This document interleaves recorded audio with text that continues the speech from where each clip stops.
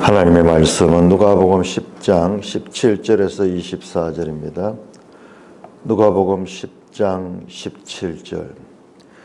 70인이 기뻐하며 돌아와 이르되 주여 주의 이름이면 귀신들도 우리에게 항복하더이다.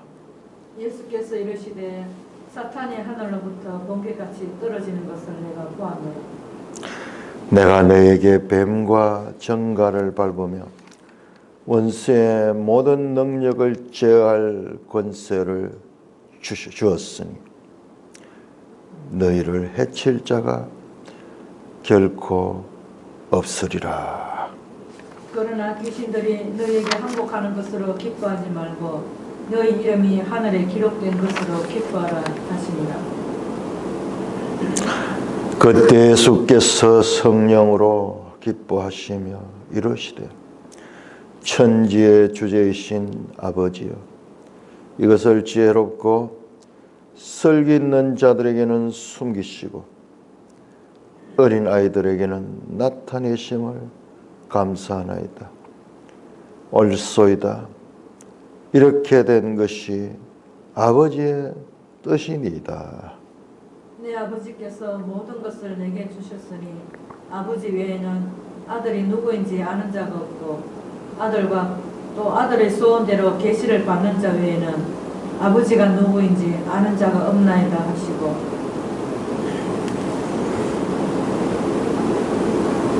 제자들을 돌아보시며 조용히 이르시되 너희가 보는 것을 보는 눈은 복이 있도다. 내가 너희에게 말하는 많은 선지자와 임금이 너희가 보는 바를 보고자 하였으되 보지 못하였으며 너희가 듣는 바를 듣고자 하였으되 듣지 못하였느니라. 오 아버지 하나님, 은혜를 감사합니다. 놀라운 은혜의 말씀 볼 수 있고 들을 수 있도록 인도해 주심을 감사드립니다. 우리 주 예수 그리스도의 이름으로 감사하며 기도드리옵나이다. 아멘. 자, 우리는 지금 9장 51절부터 해서 갈릴리를 떠나서 예루살렘으로 가는 도중에 일어난 사건들입니다. 자, 우리는 그 많은 사람들이 예수님을 따르면서 이제 70인 제자가 따로 특별하게 구별되어 있는 것을 보입니다. 이들이 12제자와 구별되는 것은 12제자 속에 이들이 12제자도 이들 속에 포함될 수도 있고요. 안 그러면은 다르게 또 12제자와 70인 제자가 있을 수도 있을 것입니다. 말씀드렸듯이 70이라는 숫자는 창세기 10장에 온 세계 나라들을 가리키는 그와 같은 숫자적인 의미를 가했습니다. 이 사건은 앞에서 나왔던 12제자를 파송하신 사건,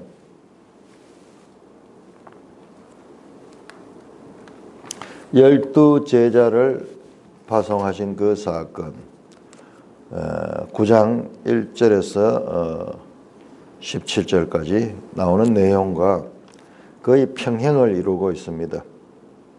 거의 비슷하더라. 그러면서 12제자는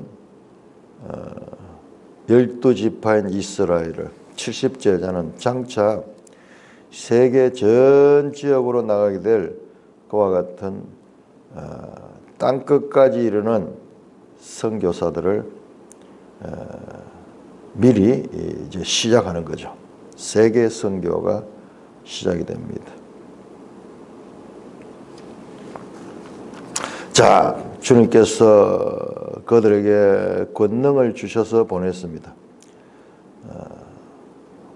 우리 여기에서는 지금 안 나오는데 12제자를 보낼 때 능력과 권세를 주어 보냈다고 그렇게 나옵니다. 9장 1절 보면은 귀신을 제어하고 병을 고치는 능력과 권위를 주셨다 그렇게 합니다. 자, 70인들이 돌아와서 오늘 본문을 보시면은 19절을 보면 내가 너에게 뱀과 정갈을 밟으며 원수의 모든 능력을 제어할 권능을 주었다 하는 요 주었다 하는 말씀이 디도마입니다. 디도마이. 중요한 단어입니다.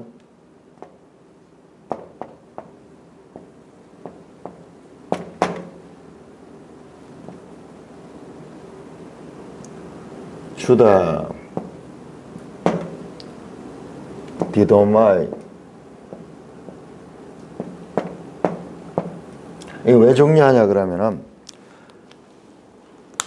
12 제자들에게도 주님께서 이와 같은 능력을 주셨습니다. 그러니까 12 제자들의 능력은 권세는 주님으로부터 받은 것이에요.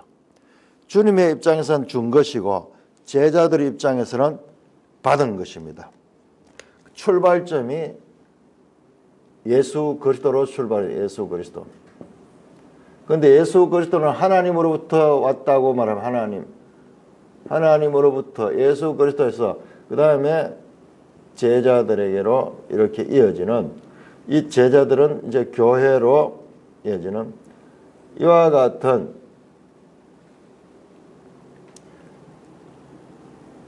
출발점이 하나님과 예수로부터 주어진 것.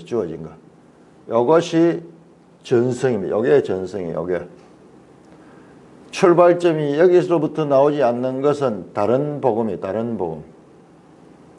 그래서 지금 권세도 이렇게 예수님께로 주어졌다고 말씀하고 있습니다. 17절에 70인이 기뻐하며 돌아왔다. 왜 기뻐했는가? 엄청 기뻐했습니다. 자기들의 능력이 나타나는 것에 스스로 놀라버린 거예요. 주님의 이름을 가지고 나가서 주님이 하라는 대로 했더니만은 주여 주의 이름이면 귀신들도 우리에게 항복하다이다. 지금도 축기하는 거 보면은 귀신 들린 사람 떠나놓고 네 이름이 뭐냐 그러면 나사렛 예수 이름으로 떠나가라. 부르르 떨면서 사람을 넘어뜨리고 빠져나가고 이런 것들을 보게 됩니다. 지금도 보면 이제 유튜브 동영상이 나와요. 그 김기동 목사, 특히 그 베레아 선교회 김기동 목사, 그 귀신을 많이 쫓아내는 거예요. 집회하는 순간에 사람들 보는 앞에서 누구냐 그러면서 말하고 나사렛 예수 이름으로 떠나가라 그러면 확 사람은 넘어뜨리고 막 떠나간 거예요. 우리 앞에 나오듯이. 그런 능력들, 예수 이름의 그 능력들을 이 제자들이 처음으로 경험하는 거예요. 귀신들이 항복하더라. 항복했다는 건 뭐예요? 전쟁에서의 완전한 패배를 인정하는 거잖아요. 반대로 하나님 나라가 승리하는 거예요. 승리하는 거예요. 승리의 기쁜 소식을 지금 돌아와서 전하는 거예요. 귀신들과 싸워서 우리가 승리했습니다. 그게 복음이잖아요. 복음. 기쁜 소식. 전쟁에서 성전보를 알려주는 그와 같은 소식. 예수께서 이르시되 사탄이 하늘로부터 번개같이 떨어진 것을 내가 보았노라. 예수는 미리 보셨는 거예요. 지금 제자들이 가는 곳에 승리가 일어나는 거. 사탄이 하늘로부터 번개같이 떨어진 걸 내가 보았다. 자, 이 말씀을 이게 어떻게 봐야 될 것인가? 자, 귀신들이 항복하는 것과 사탄이 하늘로부터 번개같이 떨어진 것. 사탄은 모든 귀신들의 우두머리예요. 그 사탄은 영적인 존재죠. 그래서 우리가 이런 부분을 참 이해하기 쉽지 않은데요. 귀신들 나가는 것과 하늘에 사탄이 떨어지는 건 무슨 관계가 있는가? 사탄은 추락합니다. 추락합니다. 이사야 14장 12절에 보면은 너 계명성이여 어찌 그리 하늘에서 떨어졌는고 사탄의 추락을 말합니다. 우리 한번 찾아보겠습니다. 이사야 14장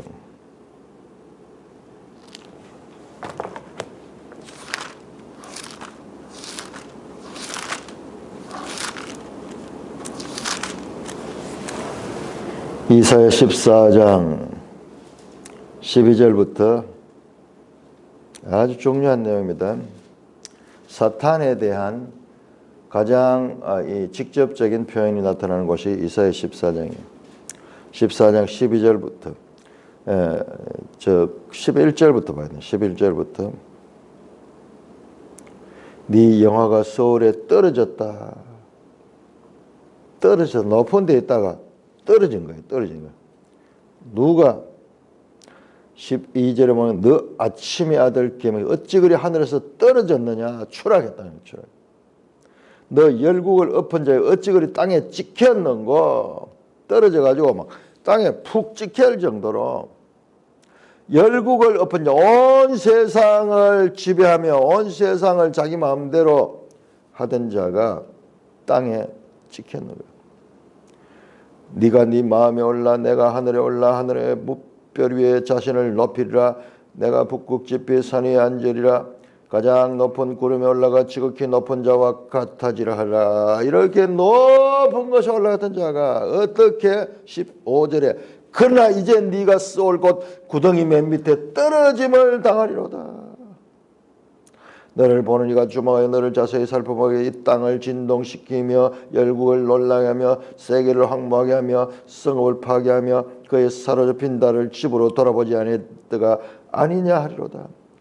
열방의 모든 왕들은 각각 자기 집에서 영광 중에 자그마 오직 너는 자기 무덤에서 내쫓겼으니 가정한 나무같이 자고 칼에 찔려 돌구니에 떨어진 죽음들에 뚫렸으니 밟힌 시체와 같도다. 한때 아주 높은 자는 이건 직접적으로는 1차적으로는 바벨론 왕을 말하지만은 지금 여기서는 바벨론 왕을 말하면서 지금 사탄의 멸망을 말씀하고 있습니다. 공통적인 높은 곳으로 올라가 하나님같이 높은 곳에 올라갔다가 떨어져 찍혀버리죠. 떨어져 찍혀버리죠. 그런데 지금 제자들이 나가서 귀신을 쫓아내는 것을 지금 예수님이 지금 이 장면을 이야기를 하고 있는 이 장면을 이야기해요.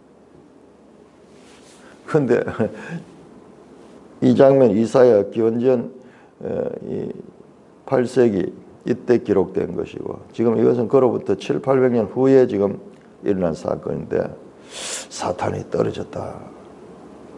자, 우리 계시록 다시 한번 보겠습니다. 계시록 12장 요한계시록 12장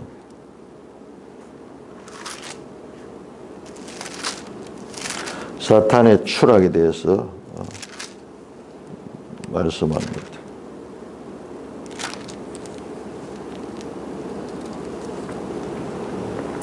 12장 9절 큰 용이 내쫓기니 앳뱀 곧 마귀라고도 하고 사탄을 하며 온 천을 깨는 자라. 그가 땅으로 내쫓겠다. 하늘에서 땅으로 추락합니다. 내쫓기는 게 땅으로 추락되는 거죠. 그가 땅으로 내쫓기니 그의 사자도 그와 함께 내쫓기는. 하늘에 있던 것이 땅으로 떨어지니 이 사탄의 추방, 하늘로부터의 추방이다. 실제로 하늘의 전쟁에서 그가 이기지 못하고 하늘에서 있을 곳을 찾지 못하고 땅으로 내쫓깁니다. 자, 사탄의 추락. 성경은 요한계시록에서도 사탄의 추락을 말하고 구약 성경 이사야에서 사탄의 추락을 말하는데, 지금 현재 1세기에 이 70인 제자들의 사역의 때도 사탄이 추락했다는 거예요. 그러면 사탄이 어떻게 계속 이렇게 추락하는가? 계속 추락하는가? 어떻게 생각해요?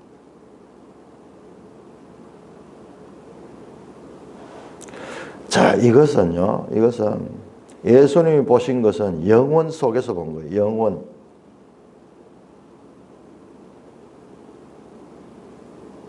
영혼 속에서는 이미 사탄은 지금 이사야서나 계시록은 어떤 관점에서 봤는가? 지금 영혼 속에서 본 거예요. 영혼 속에서.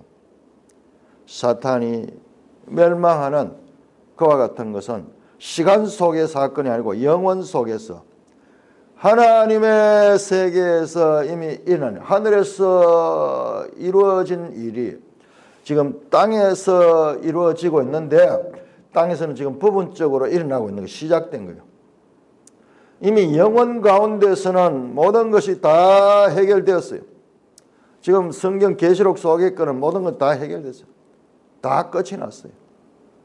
그러나 이 시간 속에서는 지금 현재 진행입니다.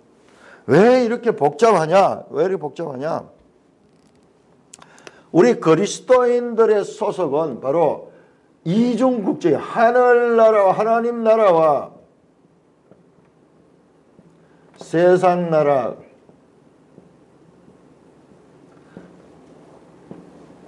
이 세상 나라 속에서 우리가 하나님 나라로 편입되는 이 관계이기 때문에, 이건 영혼에 속한 영혼. 이거는 시간에 속한 거, 시간에 속한 거. 이와 같은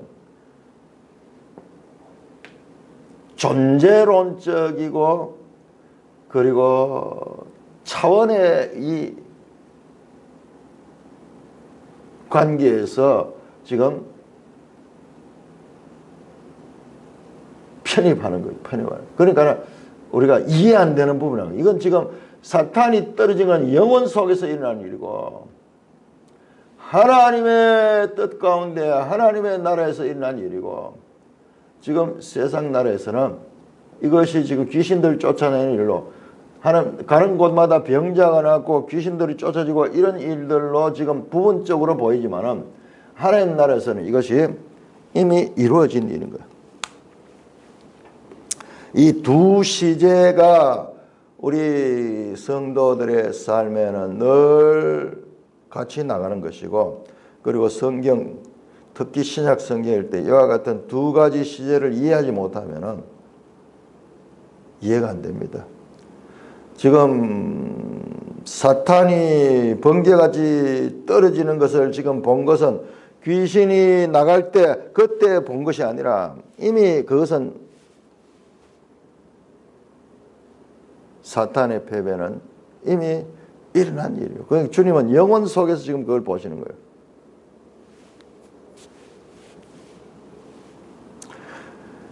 내가 너에게 뱀과 정갈을 밟으며 원수의 모든 능력을 제할 권능을 줬으니 너희를 해칠 자가 결코 없으다. 누구와? 내가, 예수님께서 뱀과 절과를 밟으며, 뱀과 정갈은 사탄의 상징입니다. 원수의 모든 능력, 원수도 사탄입니다. 사탄은 이미 떨어졌습니다.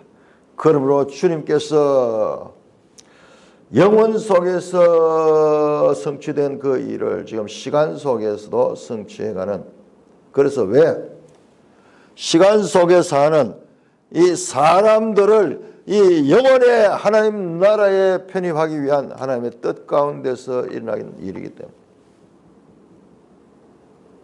원수의 모든 능력을 제할 권능을 줘서 너희를 해칠 자가 결코, 너희가 승리한다는, 이긴다는 것입니다. 바로 예수 그리스도의 권능을 힘입어서 바로 이와 같은 일들을 할 수 있다는 것입니다. 참 무능한 제자들, 엉뚱하고 참으로 부족하고 그리고 가르쳐도 깨닫지 못하고 우둔하고 미련한 제자들이지만은 주님의 능력에 연합되니까는요, 전능한 능력이 나타나요. 전능한. 결코 너희를 해칠 자가 없다. 능력자로 변하는 것을 보게 됩니다. 무능한 자들이 되어야 돼요. 먼저 무능한 자가 되어야지 전능하신 하나님의 능력이 우리를 통해서 나타날 수 있지요. 우리가 유능한 자가 되어서는 전능하신 하나님의 일이 나타날 수 없습니다. 이어서 나오는 내용도 마찬가지죠. 그러니까는 우리가 강조했던 그 부분, 구약 성경 전체의 주제는 바로 인간의 무능함에 대한 표현이다. 그것을 깨닫고 신약 성경은 그거로부터 전제한다. 이것을 아는 것은 참으로 중요한 거예요. 그야말로 이게 잘못되면은 아무것도 안 되는 거예요. 성경이 제대로 읽혀질 수가 없어요.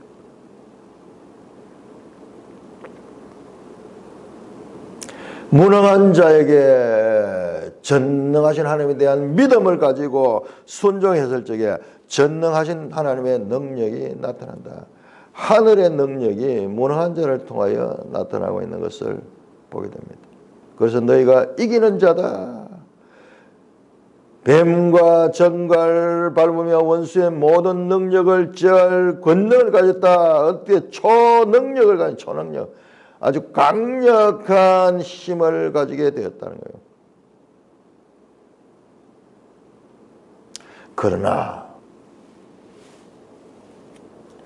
귀신들이 너희에게 항복하는 것으로 기뻐하지 말고 너희 이름이 하늘에 기록된 것으로 기뻐하라 하니라. 제자들의 승리는 주님과 사탄과의 싸움에서의 승리의 결과입니다. 귀신들이 제자들에게 항복할 것은 그 두목 사탄이 패배한 것이기 때문에 그런 것입니다. 시공간적 그와 같은 제한을 초월한 패러다임에서 지금 이 사건을 봐야 됩니다. 예수 이름에는 사탄의 권세를 제압할 그와 같은 권능이 있습니다.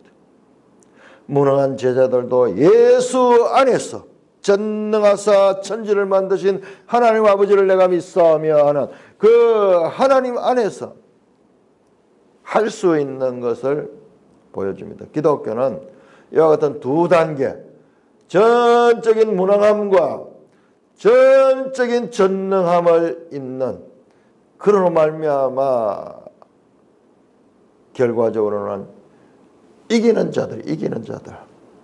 세상 누구도 이길 수 없는 죄와 사망의 권세, 세상의 가장 강한 자들 알렉산더도, 저 나폴레옹도, 어떤 누구도 인간은 바로 이 사망의 권세 앞에 이길 수 없었지만, 그러나 그 사망의 권세를 이기신 그리스도와 연합된 자들은 그 사망의 권세를 깨뜨리고 이기고 오히려 사망을 조롱하고 사망에게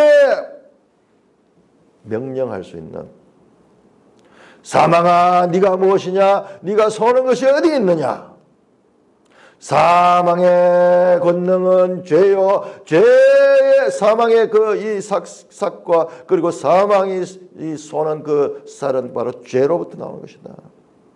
그러면서 그 존재의 근본부터 시작해서 그 한계까지를 다 지적하면서 그 말씀으로 사망을 승리하는 것이 바로 주님의 승리였고, 그 주님의 승리가 주님을 믿는 그리스도인들에게도 이어지는 것을 우리는 여기서 보게 됩니다.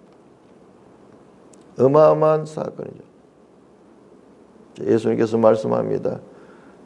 그러나 너무너무 기쁜 거예요. 자기들이 능력이 나타나서 귀신을 막 쫓아내고 병자도 낫고 그렇게 능력이 있으니까 사람들이 막 우르르 보는 거죠.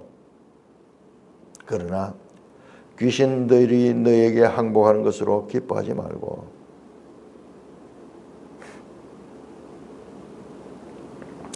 너희 이름이 하늘에 기록된 것으로 기뻐하라 하니라. 자, 귀신들이 너에게 항복하는 것은 현상이 현상, 드러난 현상이고, 그리고 왜 그것들이 이 항복을 하는가? 너희가 바로 하나님의 나라의 백성이기 때문이다. 하늘의 권능이 너희를 통하여 일어나기 때문에 그렇다. 자, 여기서 하늘이라고 표현되는데, 하늘. 자, 우리 성경에 하늘과 하나님 나라, 우리말로 좀 비슷해가지고, 근데 이 원어에는 완전히 다릅니다. 영어에도 완전히 다르죠. 하늘은 heaven. 우리는 하늘과 하나님이 비슷해요. 근데 우리말 희한하죠, 참. 하늘과 하나님 비슷해요. 근데 이 영어도 완전히 heaven과 그리고 God고, 헬라어에서도 다릅니다. 자, 바실레이아, 테오, 그 다음에 하늘나라는 뭐냐? 하늘나라는 마찬가지요. 하늘나라, 이건 하나님의 나라고, 하나님의 나라. 우리 마태복음에 보면은 천국이라는, 천국이라는 하늘 천자 나라 국자잖아요. 같이 바실레이아요. 바실레이아 도, 여기서는 우라노스예요. 우라노스가 이게 하늘이에요, 하늘. 같은 나라인데 하나는 하나님의 나라고 하나는 하늘나라예요, 하늘나라. 그 단어가 완전히 다르죠. 완전히 다른데요. 우리는 하나님이나 하늘님이나 비슷해요. 우리 단어가 참 희한해요. 그래서 선교사들이 와서 우리 말 번역하면서요, 너무 놀랬다는 거예요. 이 두 개가 우리 이름에 같이 나와요. 하늘님이다. 하늘님이요. 하늘. 하나님 가는 게 이게 하늘님이요. 하늘님. 이거 같은 거야. 같은 거. 우리 단어 속에 이미 이 두 가지가 같이 표현되어 있는 거예요. 영어 천국이라고, 천국. 그렇게 번역이 돼요. 그런데 놀랍게도 우리 이 단어를 많이 봤잖아요. 천국은 많이 봤잖아요. 내가 이번에 다시 한번 해보니까 이 천국이라는 단어는요, 딴 데 나온 게 아니고 유일하게 천국이라는 단어가 나온 게 마태복음. 마태복음에서 36회 나와요. 36회. 그런데 성경 다른 데는 천국이라는 말이 아무것도 없어요. 한 군데 디모데후서가 나오는데 그거는 원어상 달라요. 이 뜻하고 달라요. 이 우라노스가 아니에요. 그러니까 우리가 지금 누가복음에 나오는 이 하나님 나라가 마태복음의 천국과 같은 거예요. 천국과 같은. 그래서 너희 이름이 하나님의 나라에 기록되었다는 것과 너희 이름이 하늘에 기록되었다는 것은 이거 같은 말이에요. 같은 말. 자, 제가 이 누가복음에서 가장 중요한 것이 하나님의 나라라고 그랬죠. 자, 앞에 보세요. 자, 10장 70인을 보내가지고 어떻게 하는가? 7장 9절에 보면은 하나님 나라가 너에게 가까이 왔다. 11절도 하나님 나라가 가까운 줄 알라. 이 제자들의 메시지 자체가 하나님 나라의 선포예요. 하나님 나라가 왔다는 것을 선포해요. 그러니까는 지금 제자들이 이 하나님 나라를 선포하고, 그러니까 귀신들이 항복했는 거예요. 보세요. 잘 보세요. 뭐라고 이야기했는가? 예수님께서 병자들을 고치고, 9절에 보면은 제자들에게 능력을 주기를, 병자들을 고치고 또 말해 하나님 나라가 너희가 가까이 왔다, 이것을 전하도록 이야기했는 거예요. 그럼 귀신들이 떠나갈 때 뭐라고 했냐? 하나님 나라가 왔다는 이 선언이 있을 때 귀신들이 항복하고, 나사렛 예수 이름이 아니 하나님 나라가 여기 왔다, 하나님 나라가 여기 왔다. 그러니까는 귀신들이 떠나가고 귀신들이 항복했다. 절절절 매면서 항복했다. 확실히 볼 수 있도록 그와 같은 체험을 했는 거예요. 그런데 왜 항복했느냐? 왜 항복했냐? 너희 이름이 하늘에 기록되기 때문에 기뻐해라. 하늘, 우라노스, 여기에 너희가 이름이 기록다. 주민등록, 하늘의 주민등록이 되어 있는 거예요. 하나님의 나라의 백성으로 주민등록되어 있는 거예요. 귀신 쫓아내는 이런 현상은 하느님 나라의 백성이 되었다는 것 같은 증거를 드러내는 것이고, 그 근본은 너희가 하나님 나라의 백성이 되었다는 거예요. 그래서 너희 입으로 선포하는 그 하나님 나라가 너희가 바로 하나님 나라의 백성 되었다는 것을 나타낸 것이다. 그러니까 그것은 얼마나 감사한 거예요. 그건 차원이 있다는 거예요. 귀신들을 쫓아내는 기적은 본질이 아니고 현상이고, 본질은 뭐냐? 하나님의 자녀가 되어서 영원한 생명을 보장받고, 그리고 새로운 하나님의 나라의 백성이 됐다. 거듭나 이 땅에 살면서 하나님 나라의 백성이 되었다는 그와 같은 것입니다. 그것으로 기뻐하라.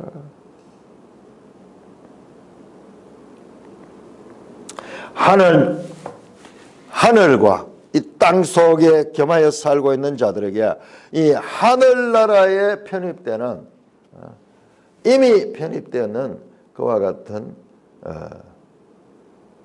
사건을 말씀하고 있는 것입니다. 이런 이 배경적인 영적인 배경을 이해 못하면 읽어도 이 말이 안 되잖아요. 무슨 중언부언하는 것 같고 도무지 알 수 없는 말씀이 되는 거죠. 그러나 이 두 가지 세상 나라에 속한 자들과 이 하나님 나라에 속한 이 관계를 알게 되면 이 말씀이 선명하게 되죠. 너희가 하나님의 아들들이 되었다. 그럼 예수님으로 비하면 예수님은 맏아들이 되고 예수님의 동생들 같이 그렇게 이 많은 이 제자들이 그렇게 구원을 받았다는 것을 나타내는 거예요. 그때, 자, 이때 21절 예수께서 성령으로 기뻐하시며, 단어가 다릅니다. 앞에 나오는 기뻐하다는 카이로 하는 말이고, 여기서 예수님께서 21절 성령으로 기뻐하시며 하는 말씀은 아갈리오, 기뻐서 날뛰다 하는 거예요. 기뻐서 날뛰다는 거예요. 그런데 성령으로 기뻐하는 건 또 뭐냐? 성령으로 기뻐하는 거예요. 지금 예수님, 성령님, 그리고 기도의 주제에 나옵니다. 아버지, 삼위일체가 다등요. 삼위일체가 다. 와, 이 장면에서 예수님께서 성령으로 기뻐하시고 이러시되 천재 주이신 아버지여 삼위일체가 등려합니다. 왜 예수님께서 그렇게 기뻐하셨는가? 기뻐서 날뛰면서 뒤에 나오는 기도 내용도 보면요, 이걸 그냥 읽으면 안 돼요. 이걸 한번 감정이입을 해서 읽어보면요, 지금 예수님이 막 너무너무 막 펄쩍펄쩍 뛰는 거예요. 천재 주신 아버지여 이것을 지혜롭고 슬긴 자에게 숨기시고 어린아이에게 나타내심을 감사합니다. 옳소이다. 주님이 이렇게 된 것은 하나님의 뜻이다. 지금 이렇게 지금 예수님은 지금 감정이 막 너무 격하시고, 그리고 막 이렇게 자기 감정을 주체하지 못할 정도의 그런 표현이 여기서 나오고 있습니다. 천지의 주이신 아버지여 옳소이다. 이것이 아버지의 뜻입니다. 그러면서 너무너무 기뻐하는 그와 같은 모습이 나옵니다. 자, 이것이 뭐냐? 앞에 나와서 이 귀신들을 쫓아내고 이 귀신들에게 그 항복을 받고 하는 이와 같은 사건, 승리를 경험하는 그와 같은 사건, 지금 70인 제자들이 경험했던 이 사건, 이와 같은 일을 지혜롭고 설기 있는 자들에게는 숨기시고 어린아이들에게 나타내심이 감사합니다. 갑자기 여기에 두 사람의 부류가 나옵니다. 지혜롭고 설기 있는 자와 그리고 어린아이들. 어린아이에게 나타내심을 감사합니다. 옳소이다. 이렇게 된 것은 하나님의 아버지의 뜻입니다. 이것이 아버지의 뜻이라는 말씀입니다.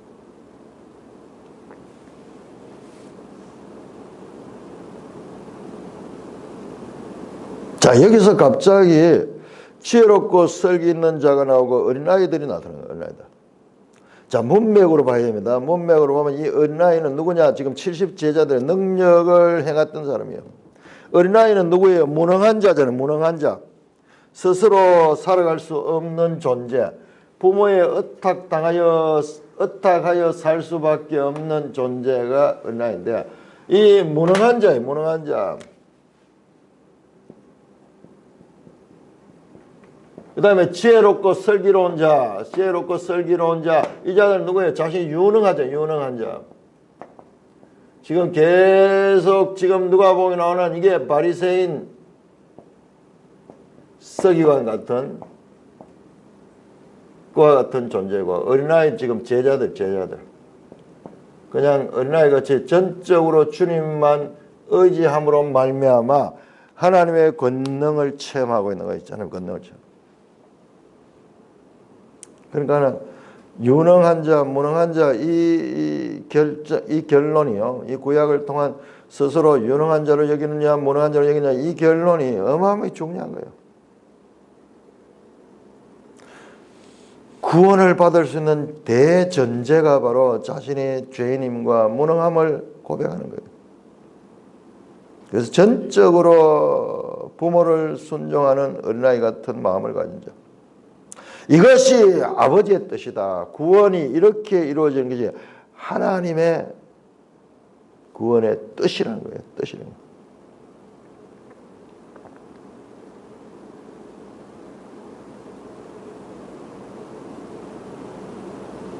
자, 사도 바울이요. 이 말씀을 어떻게 해석하는가 봅시다. 자, 고린도전서 1장입니다. 고린도전서 1장.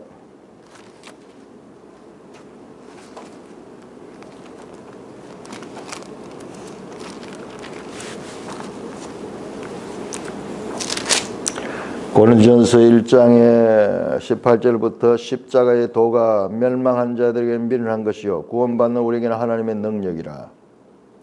자, 멸망한 자는 십자가의 도 주님의 말씀을 미련하게 보는 게 아이고 어리석은 말도 안 되는 일이에요. 그러나 구원받는 사람은 하나님의 능력이 역사하는 거예요. 19절 기록된 바 내가 지혜 있는 자들의 지혜를 멸하고 총명한 자들의 총명을 폐하리라. 20절 지혜 있는 자가 어딨냐 선비가 어딨냐 이 세상의 변론가가 어딨냐 하나님께서 세상의 지혜를 미련하게 하신 거냐. 하나님의 지혜에 있어서는 이 세상이 자기 지혜로 하나님 알지 못한다. 그것은 누가 은혜를 받느냐. 26절 보면은 형제들아 너희의 부르심을 보라 육체를 따라 지혜로운 자가 많지 아니하며 능한 자가 아니하며 많지 아니하며 문벌 좋은 자가 많지 않으라.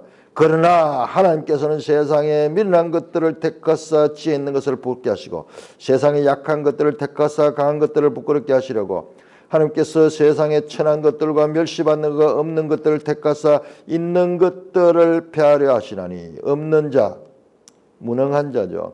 있는 자 유능한 자입니다. 이것이 바로 하나님의 뜻이에요. 왜 그렇게 하느냐 설명합니다. 29절 이는 아무 육체도 하나님 앞에 자랑하지 못하게 하리라. 구원에 있어서는 아무 육체도 자랑할 것이 아니고 전적으로 우리는 무능한데 하나님의 은혜로 우리를 구원받습니다.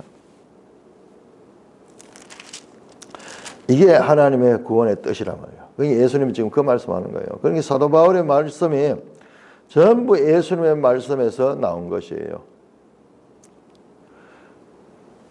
자유주의 신학자들 가운데서요. 기독교는 바울 종교다고 그렇게 주장하는 자들이 있어. 이런 내용들을 보고 그렇게 이야기해요. 그러나 자세히 보면 바울의 말씀은 전부 예수님의 말씀에 근거한 것이. 이게 아버지의 구원의 뜻입니다. 22절 내 아버지께서 모든 것을 내게 주셨으니. 자, 누가 봐서 아버지께로부터 예수님이 받았잖아요. 디도마이. 아버지가 예수님께 주셨다. 아버지 외에는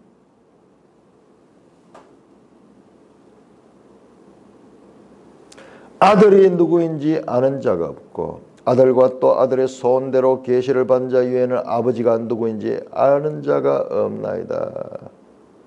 아버지와 아들의 관계, 그리고 아들의 소원대로 계시를 받은 자, 바로 성도들을 가리키고 지금 여기서는 제자들을 가리킵니다.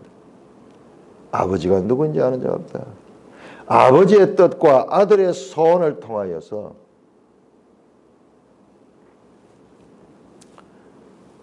구원이 이루어집니다. 어린아이 같은 자들이 하나님 나라에 들어갈 수 있는 길이 마련되었습니다.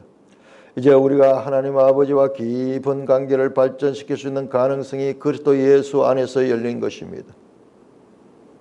지금 그래서 예수님이 기뻐하는 이유가 그거예요. 지금 현상으로 나타나는 귀신 쫓아내는 이 현상이 아니라 이제 하나님의 구원의 역사가, 새로운 구원의 역사가 지금 시작됐다는 거예요. 아버지의 뜻과 아들의 소원을 통하여서 지금 새로운 구원의 시대가 열렸다는 것입니다. 그 다음에요, 예수께서 하신 말씀을 보시면요, 이해가 돼요. 제자들을 돌아보시며 조용히 이르시되, 제자들을 돌아보시며 조용히 이르시되, 너희가 보는 것을 보는 눈은 복이 있도다. 내가 너희에게 말해 많은 선지자와 임금이 너희가 보는 바를 보고자 했을 때 보지 못해, 너희가 듣는 바를 듣고자 했을 때 듣지 못해. 무슨 말이냐? 그렇게 기뻐하시면서 예수님께서 자신을 보고 있고 자신의 말을 듣고 있는 자들에게 너희가 복 있는 자다는 거예요. 왜? 24절입니다. 많은 선지자와 임금이 너희가 보는 것을 보고자 했을 때 보지 못하였다. 너희가 듣는 바를 듣고자 했을 때 듣지 못했다. 구약의 선지자들과 왕들이 바로 이 메시아를 보고자 했지만은 보지 못했다는 것입니다. 자, 우리 베드로전서 1장 한번 볼까요? 베드로전서 1장. 베드로전서 1장 10절에서 12절. 이 구원에 대하여 너에게 임할 은혜를 예언하던 선지자들이 연구하고 부지런히 살폈어. 자기 속에 계신 그리스도의 영이 그 받으실 고난과 후에 받으실 영광을 미리 정언하여 누구를 또는 어느 때를 지시하는지를 상고하니라. 이 성긴 바가 자기를 위한 것이 아니요 너희를 위한 것임을 계시로 알게 됐으니 이것은 하늘로부터 보내신 성령을 힘입어 복음을 전한 자들도 이제 너에게 알리는 것이요 천사들도 살펴보기로 하는 거야. 이게 무슨 말이냐? 이 구약의 이 모든 그 예언들, 왕들과 선자들의 예언이 뭐냐? 지금 바로 이때 누구를 또는 어떠한 때를 지시하는지 연구했는데 바로 그 때, 그리고 그 사람, 그 존재가 누구냐? 바로 예수 그리스도. 지금 여기서 무슨 말씀하냐? 제자들의 그 이 승리가 바로 새로운 시대가 왔다. 그리스도 안에서 승리의 시대, 새 언약의 시대, 하나님 나라의 도래, 구원의 시대, 영광의 시대가 이미 시작됐다는 것을 말씀합니다. 자신을 가르쳐. 너희가 보고 있는 내가 바로 새로운 시대를 가졌다. 하나님 나라를 이 땅에 가져온 것이다. 그래서 나를 믿는 자는 하나님의 나라에 들어갈 수 있고 그 하나님 나라의 그 이름이 기록된 하늘 백성이 되었다는 것. 이 모든 것이 아버지와 아들의 소원을 통하여 이루어진 것이다. 구약의 약속의 시대를 거쳐서 이제 그 약속이 성취되는 시대에 있으니까 너희가 복이 있다. 앞에서 나왔죠.